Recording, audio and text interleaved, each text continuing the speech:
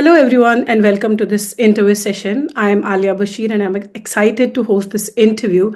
Today, I have the pleasure of introducing Aatreyee Dhar, an award winning freelance journalist from Assam, who focuses on critical issues such as climate change, environmental conservation, and wildlife. Her work has been featured in prominent publications such as The Guardian, BBC Future, Dialogue Earth, and The Telegraph UK. Through her writing, she encourages a more nuanced understanding of the interconnectedness between the environment, society, and the individual lives in Northeast India. In this interview, we'll delve into Aitree's experiences as a freelancer, discuss current environmental issues, and explore how storytelling can impact awareness and policy. Without further ado, let's begin conversation. Aitree, could you share what inspired you to pursue a career in freelance journalism focused on the environment? Thank you so much, Aliya, for the stunning introduction. Yeah. So, what made me gravitate towards environment journalism is it's because I come from this place, from this region, where we have, where we have a lot of forest and where the inherent nature, where the inherent connection of people with nature is something which is really common here. And when I started out as a freelancer, I didn't have anything particular in mind that I have to do stories related to environment. It's just I published one story that was related to palm oil cultivation, and after that story had, I mean, I'm not going to say the viewership is as massive as I see mainstream journalists, but it did earn me some modicum of recognition in the social media circles, and then I was seeing that there are people who are doing such stories, but they're not questioning the government, and I thought, not why not do that, or people who are covering it as a main story, that how people are conserving this and that, but they were not trying to focus on certain sociological nuances. And I started reading a lot of research papers, talking to experts, and visiting ground after having commissions from editors. And usually, when I pitch stories, I don't have in mind that I have to do environment stories. But yeah, if there is something interesting, I make sure that I pitch stories related to environment at least two or three in a month. Yeah. And Aitree, like, how do you approach storytelling about climate change in a way that resonates with local communities? So, what I see mostly among academics, or I'm not going to say there are brilliant journalists among freelancers who don't get much recognition, but usually I see them aping the West, when it comes to doing climate stories. Like, migration is happening, and we usually, just because migration happens somewhere in Sudan or somewhere outside India, we are like, just because this is climate change, migration is bound to happen. We have a confirmation bias key. There is some sort of migration might take place. And when we question our sources, we don't try to understand what they're trying to say. We have some sort of a confirmation bias, and we just ask them questions in a way that that they say uh, they say yes, but like in a reluctant way, and we then try to make it the core, the cachet of the story. What I found out during my course of reportages is that in Assam, a lot of places, even though there are places where floods happen twice or thrice a month, people don't want to migrate because migration is something which a lot of people cannot afford, you know and people in rural India, they were intelligent enough to even calculate the whole economic perspective of the economic aspect of migration. Like, if I go to Delhi, if my husband earns, he's just going to earn 10,000 a month. Like, instead of doing that, if I stay in my place, if I try to build an what to say resilient infrastructure, establish some sort of business, poultry business, and all, I'm going to earn more. And I was saying that uh, voluntary non-migration is something which is taking place in here also, and in a lot of places. But uh, I think trying to talk to people a lot, trying to not impose my understanding of what I read in papers outside India, what I see the West sort of publish, and just trying to understand, listen to them that this is happening, what they're doing, what not, made me delve into nuances which are relatively new and also important in terms of making policy decisions, because we I mean we are a syncretic nation, no doubt, and we have people with their own understanding. And usually when we go out to the field and we talk to communities here, uh, you know yeah, I mean, coming from a privileged space, I'm bound to have my bias, but yeah, I should of course listen to them and just take them, just listen to them and see what they're coming up with, and then try to delve into nuances which they very much agree with, instead of judging them, and instead of having a confirmation bias and making my story gravitate towards that direction. Just because everyone is doing, I'm going to do that. That is how I approach my story. Yes. I think I've read your story like on Mithuns in Andhra Pradesh for the BBC Future. Like, how did you come to report on Mithuns, and what tips would you share with the journalists looking to cover similar stories? Okay. Mithun's in Arunachal Pradesh. So, what led me? It's just for me, the starting point was I knew that people in Arunachal Pradesh, had uh, they had some sort of connection with this particular animal, and they were very much protecting it. But I was just looking up research papers which which sort of proof, not proof, let me say, I was just looking up on research papers, and I was talking to a lot of conservationists, and they were saying that the protection of mithun is very much tied to the protection of forest, which we see in Arunachal Pradesh. And I just called a couple of researchers, and then they were saying that it's very much tied. And when they gave me the prompt, I started looking up research papers, contacting scientists, calling them up at ICMR, Medzifema, and they say, we have research papers.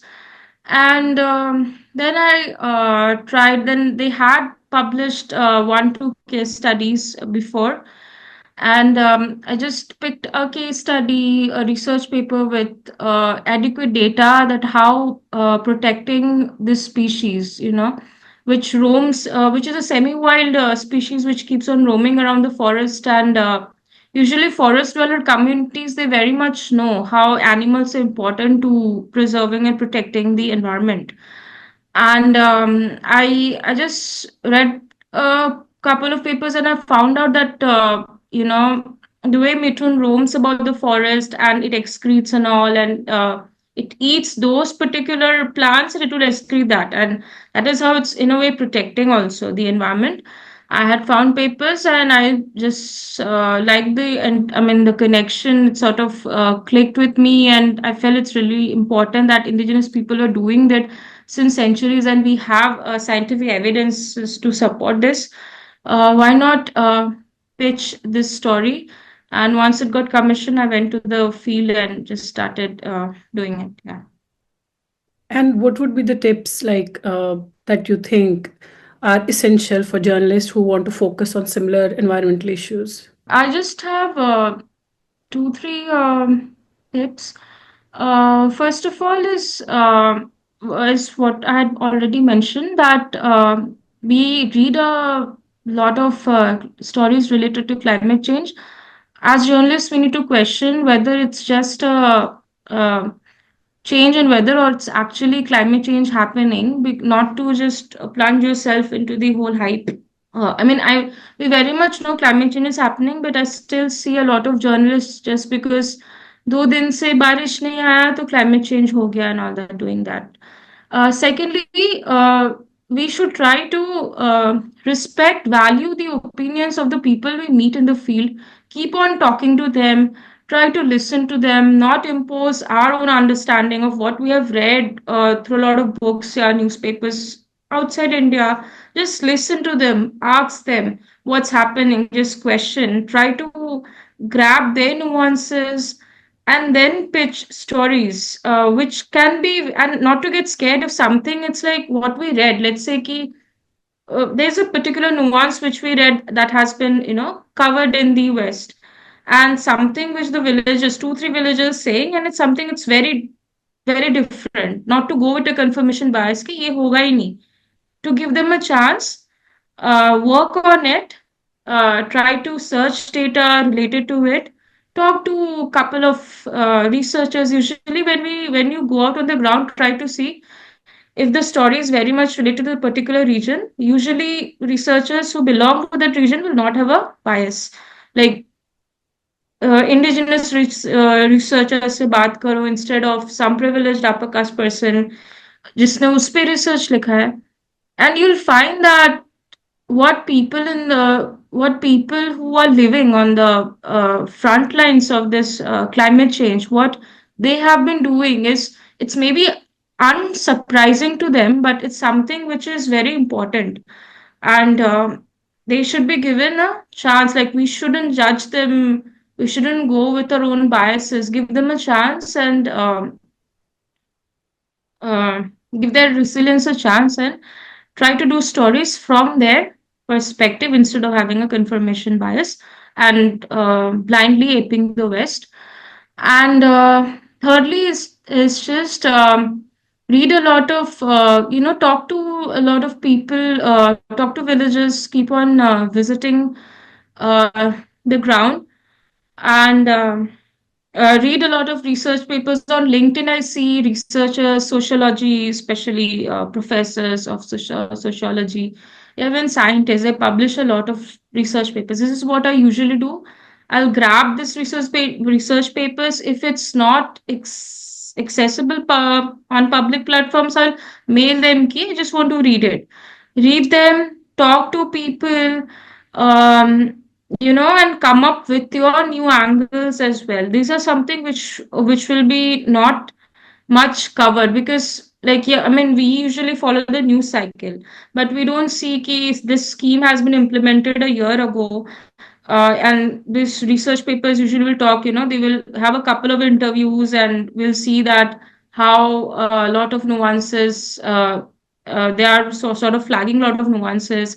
And these stories, which are very much policy related or questioning the government, या जो भी है, these are usually these are part of slow journalism, right? And these are something which are not covered or not even given importance. And as freelancers, I feel it's important to we give these stories a chance.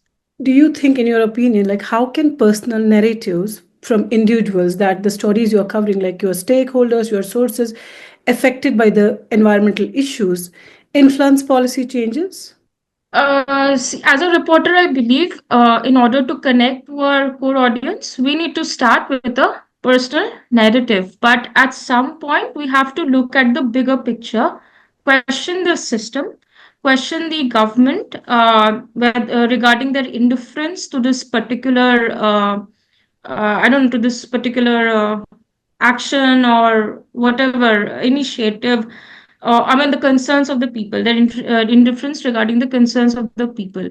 But start with the personal narrative, because we need to connect with the audience. We need to tell people how how a minute change in policy can impact someone so big, and it's causing an enormous stress in their lives. But then slowly and gradually talk to a lot of people, collect data, and then there should be a paragraph where you have to look at the bigger picture and see the loopholes, the blind sides of the state's inaction. I think we cannot make a difference by just reporting on the personal narratives. we have to definitely start with it, but we also have to question the system. Questioning the system usually can bring about some change. Yeah. What challenges and opportunities have you encountered as a woman journalist, like reporting on environmental issues in Northeast India, particularly about the unique socio-political dynamics of the region?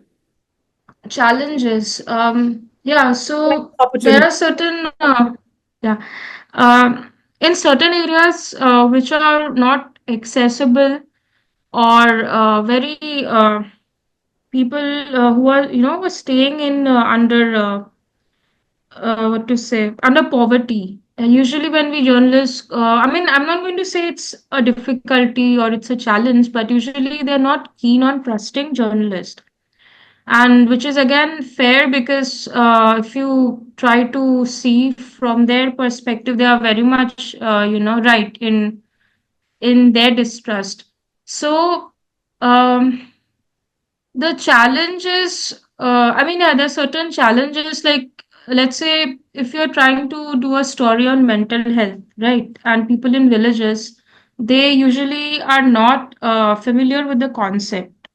So you will not usually get them telling just telling plainly that because of this conflict, we are suffering a lot, we were not sleeping and all. They are not going to say it plainly, and we have to keep on asking them questions and then confirming whether this is actually happening, because they don't know the language of mental health and all. This is not a challenge. I think we as journalists have to navigate this entire route, and talk to people and then keep on confirming. Uh, Usually, I have faced challenges while trying to report against the government. You'll have certain calls from politicians, why did you, after the story is published, which is criticizing them, 2 3 calls, and then sometimes you're really scared, like, I don't have any, what if they do something of this big sort. I'm a freelancer, I don't have any editor behind, like, I'm not in a newsroom where I have an editor backing me if they try to file a case against me. So yeah, there are certain cases like this. Usually, when I try to cover stories intersecting politics with Okay, environment. I just wanted to ask you that what were some of the effective reporting strategies you employed when covering sensitive topics like the impact of human and in elephant conflict on women's physical and mental health in Assam? You did that you, I think, last year reported for Behen Box. Effective strategy. So this was based on a paper by eminent sociologist Shayan Banerjee and Shalini Sharma. I'd read that paper, and since I had covered human and elephant conflict before, after reading the paper, I had a couple of questions, and I was just calling villagers and asking them, is this true or not? So then I realized, yeah, there is an angle out there. I pitched the story to Bhanu, and I said that the impact of the conflict doesn't end with data. It lies beyond that, and women, like when husbands die, they face the brunt of a lot of issues, which are more than that, like providing for the family, or dealing with mental stress and all, the humanizing impact of which is greater than just one physical data or death. And then I sort of, since it's a mental health story and people on field, they usually don't know the language of it, so I had to ask them a lot of questions throughout. So I met a shy tea garden worker, and I felt she was really traumatized, as she just couldn't speak and she was just smiling, and she was not comfortable. I mean, she didn't understand. I mean, I'm not going to blame them, because, of course, people in rural areas will not understand this language. So I had a friend of her sit nearby me, and she was doing the talking, because she was really shy and she just didn't want to speak. And then I had to ask them questions like, I just cannot say ki koi depression or because they don't understand what depression is. I could like instead of that, uh, कि elephants are coming, रात को like नींद होती है क्या आपको, like सोते time कितने टाइम आप सो सकते हो, क्या परेशानी होती है, क्या क्या चीजें you have to rethink a lot, and क्या क्या आप किसके बारे में आप ये thinking about a lot about this a lot, and because of the death of your husband, are you able to work, do you think of him at times, or are you able to go to the field? And she was not speaking, but her daughter was saying कि after the death of the husband, she was not able to go to the tea garden and work, like some sort of that. So these are certain languages which people there, they have a lot to express, but yeah, we have to speak in a language that they can understand, and some of them they don't even want to speak, then instead try to have a translator or have a friend of them sit by them so that they gain some confidence while they are speaking. So these are certain reporting strategies I employed. Yeah. What strategies do you use to manage the uncertainty of freelance work? Okay. Yeah, freelancing is very uncertain, and to be honest, yeah, I'm trying hard to even manage it, and I don't think I'm able to. So usually, we need to have ample amount of work like in a month so that we can sustain ourselves. And I think if which I didn't do this time, and I'm realizing ki if I have to like if I need 2-3 commissions right next month, I need to do pitching in the month of November only. And let's say if it's a story and you think that like when we try to pitch to pubs, we sort of read 2-3 stories pehle, and we see that what we are pitching aligns to the ethos and aligns to what the editor believes and the stories that have been done first, and then you sort of get a sense ki the story might work, and then at least we have to wait for a week maximum, wait for 10 days, and like week, and then follow up on the editor, and then also we need Indian editors also at the back, because I feel that there are only 2-3 pubs outside India which allow you the space to do investigative work. 3-4 pubs usually they focus on 1,000 word story with one particular angle, yeah, for solution stories. So we need also to be in good terms with some Indian pubs so that when we need a letter of recommendation, for grants, they can easily provide us. They trust us, and also the main goal of freelancing, I think these days, is not to just earn balance, is to develop that, to establish that rapport with the editors. Ki they trust your work, and they know ki if the idea is really good to go, they can just commission you without thinking too much. Yeah, that should be freelancing. Like, yeah, I mean, at initially it should be also seeking balance, but I think the main goal is just shouldn't be ending at balance. It should be approaching the editor and getting more work, or just in that particular pub. Then we can sustain ourselves. That should be the main goal, I think. Yeah, that's it. And I would like to ask you this last question: that what are your thoughts on collaborative journalism? My thoughts on collaborative journalism is that I have done just one collaborative story, and sometimes I feel that there are stories where just one person does, I mean, collaborative work, mein, but I haven't been through a good experience, ek bar.